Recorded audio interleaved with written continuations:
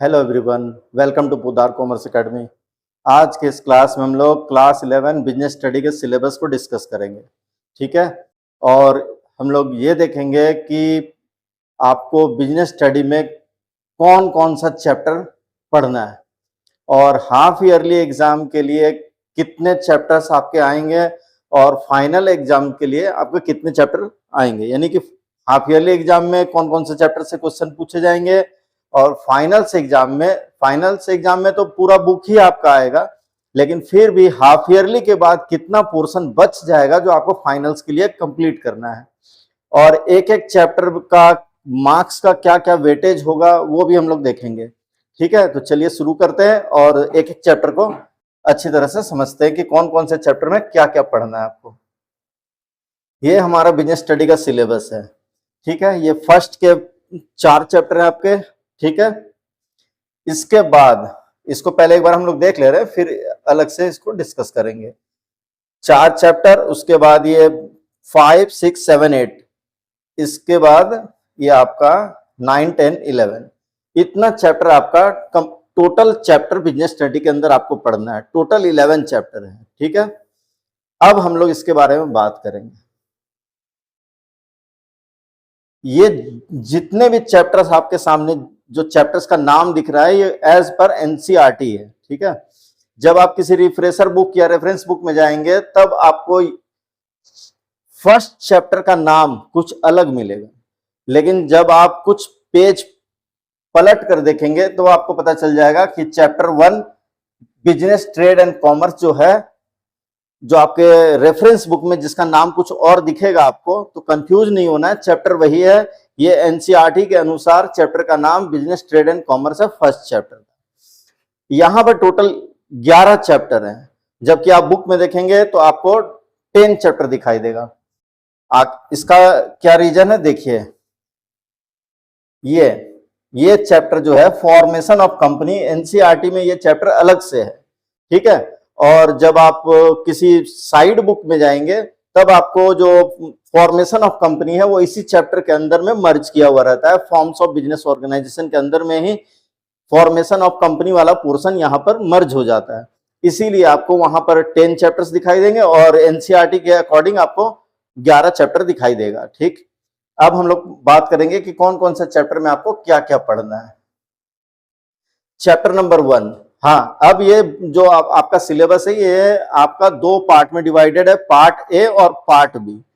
Part A में आपका chapter number 6 तक आएगा। ये 1, 2, 3, 4, 5 और 6 सॉरी, ये 6 चैप्टर पार्ट ए का हिस्सा है और इसके बाद ये 7, 8, 9, 10, 11 जो है पार्ट बी का हिस्सा है। आपके हाफ ईयरली एग्जाम के लिए यहां तक का पोर्शन यानी पार्ट ए आपका हाफ ईयरली तक में आएगा, यानी चैप्टर नंबर 6 तक। ठीक है, यानी कि social responsibilities of business and business ethics, ये जो चैप्टर है यहां तक आपका हाफ ईयरली का पोर्शन होगा और उसके बाद जो बचा हुआ पोर्शन, ये जो कुछ चैप्टर्स है, ये फाइनल्स एग्जाम के बीच में आपको हाफ ईयरली से फाइनल के बीच में पढ़ना है। तो फाइनल एग्जाम में तो पूरा बुक से ही क्वेश्चन आएगा, लेकिन हाफ ईयरली तक आपको इतना पढ़ लेना है, 6 नंबर चैप्टर तक। ठीक है, यानी कि हाफ ईयरली के लिए आपको समय मिलेगा कम और पढ़ना पड़ेगा ज्यादा। हाफ ईयरली के लिए आपको, जैसे अप्रैल अभी एंड हो चुका है, आपके पास समय बचेगा मई, जून, जुलाई, अगस्त, सितंबर के फर्स्ट वीक में हाफ ईयरली एग्जाम होगा, तब तक आपको ये 6 चैप्टर कंप्लीट कर लेना है। और उसके बाद फाइनल्स एग्जाम के लिए हाफ ईयरली के बाद आपके पास समय बचेगा सितंबर, अक्टूबर, नवंबर, दिसंबर, जनवरी, फेब भी, क्योंकि फेब के फर्स्ट वीक या 15 फेब तक आपका फाइनल एग्जाम होगा। तो आपके पास करीब करीब 5 से 6 महीना, 5 महीना मान के चलिए आपको मिलेगा वहां पर पढ़ने के लिए। और लेकिन हाफ ईयरली के लिए आपके पास सिर्फ 4 महीना है, जिसके अंदर आपको ये 6 चैप्टर कंप्लीट कर लेना है। अब हम लोग एक एक चैप्टर के बारे में बात करेंगे और ये जो भी चैप्टर्स है ये 80 मार्क्स का है, आप समझ लीजिए, और 20 मार्क्स आपका प्रोजेक्ट का होगा, जो कि स्कूल से आपको मिलेगा, जो आपको वहां से बनाना होगा। ठीक है, तो स्कूल से जो प्रोजेक्ट मिलेगा वो 20 मार्क्स का होगा और ये जो रिटन एग्जाम होगा वो 80 मार्क्स का होगा। अब हम लोग बात करते हैं एक एक चैप्टर के बारे में। First chapter business trade and commerce, इस चैप्टर में आप लोग बिजनेस, ट्रेड एंड कॉमर्स को समझेंगे कि बिजनेस क्या है, ट्रेड किसको बोलते हैं, कॉमर्स किसको बोलते हैं, ट्रेड के अंदर क्या क्या सेगमेंट्स है, कॉमर्स के अंदर क्या क्या सेगमेंट्स है, क्या क्या वर्क परफॉर्म किया जाता है कॉमर्स सेगमेंट के अंदर में, ये सारा चीज आप इसमें डिटेल्स में समझेंगे। ठीक है। इसके बाद forms of business organisation. Forms of business organisation का मतलब इस चैप्टर में हम लोग देखेंगे sole proprietorship, partnership, joint Hindu family, cooperative society और कंपनी। ठीक है। इसको कैसे क्रिएट किया जाता है, इसमें क्या क्या कैरेक्टरिस्टिक है, क्या एडवांटेज है, क्या डिसएडवांटेज है, ये सारा चीज हम लोग देखेंगे। इसके बाद private, public and global enterprises. इस चैप्टर के अंदर हम लोग प्राइवेट सेक्टर्स में कौन कौन से सेक्टर आते हैं, प्राइवेट सेक्टर में कौन कौन से किसको किसको इंक्लूड किया जाता है, पब्लिक सेक्टर में किसको किसको, और मल्टीनेशनल कंपनी यानी ग्लोबल इंटरप्राइजेस को देखेंगे। इसके बाद बिजनेस सर्विसेज। बिजनेस सर्विसेज के अंदर banking services, insurance, warehousing, transportation, ये सब के बारे में पढ़ेंगे। टेलीकम्युनिकेशन, इसके बारे में पढ़ेंगे हम लोग।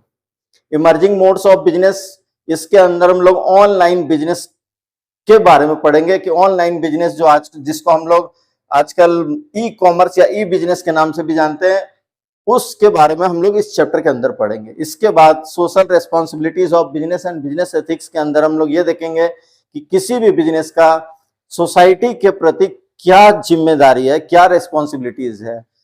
ठीक है। पोल्यूशन किसको बोलते हैं, कॉजेज ऑफ पोल्यूशन क्या है, और एक रेस्पॉन्सिबल बिजनेसमैन पोल्यूशन को कंट्रोल करने में किस तरह से हेल्प कर सकता है और सोसाइटी को क्या क्या दे सकता है। फॉर्मेशन ऑफ कंपनी, कंपनी को कैसे क्रिएट किया जाता है, ए टू जेड प्रोसेस इस चैप्टर के अंदर हम लोग पढ़ेंगे। Sources of business finance, business करने के लिए पैसा चाहिए, कैपिटल चाहिए, और वो कैपिटल किस किस सोर्स से आ सकता है, यानी shares, debenture, preference shares, bank loan और भी अदर सोर्सेस के बारे में हम लोग इस चैप्टर के अंदर पढ़ेंगे। इसके बाद एमएसएमई एंड बिजनेस एंटरप्रेन्योरशिप, ये चैप्टर अगर आपके पास ओल्ड बुक है या ओल्ड एनसीईआरटी है, यानी पुराना एडिशन है आपके पास एनसीईआरटी का, तो इस चैप्टर का नाम आपको स्मॉल बिजनेस दिखेगा, स्मॉल बिजनेस एंटरप्राइजेस। जबकि न्यू एनसीईआरटी जो लेटेस्ट एनसीईआरटी है उसमें चैप्टर का नाम चेंज हो चुका है, आप कंफ्यूज मत होइए, इसको आप देख लेंगे। न्यू एनसीईआरटी के अगर आप कोशिश करना यही है कि आपको न्यू एनसीईआरटी बुक परचेस करना है। जो लेटेस्ट एडिशन है मेरे पास 2023 का लेटेस्ट एडिशन है, जिसमें इसका चैप्टर का नाम चेंज हो चुका है, आप मिला लेना। इसके बाद दो और चैप्टर है, इंटरनल ट्रेड, इंटरनेशनल ट्रेड। ठीक है। तो ये कंप्लीट आपका सिलेबस है बिजनेस स्टडी का। इस चैनल पर मैं आपको पूरे साल पूरा बिजनेस स्टडी बिल्कुल फ्री में पढ़ाने वाला हूं, तो आप चैनल को सब्सक्राइब कर लीजिए और तैयार रहिए मेरे साथ इस चैनल पर पढ़ने के लिए, वो भी बिल्कुल फ्री। पूरा का पूरा चैप्टर आपको डिटेल्स में पढ़ाऊंगा। ठीक है। मिलते हैं नेक्स्ट क्लास में। अब इस चैप्टर के बाद, इस वीडियो के बाद हमारा जो इस चैनल पर आपको लेक्चर्स आने शुरू हो जाएंगे, यानी कि वीक में 3 डेज अकाउंट्स का क्लास होगा और 3 डेज बिजनेस स्टडी का क्लास होगा। या फिर अकाउंट्स में ज्यादा सिलेबस है तो हम लोग क्या करेंगे कि 4 डेज अकाउंट्स का लेक्चर अपलोड करेंगे इस पे, और वीक में 2 डेज बिजनेस स्टडी का लेक्चर अपलोड करेंगे। ठीक है। मिलते हैं नेक्स्ट क्लास में।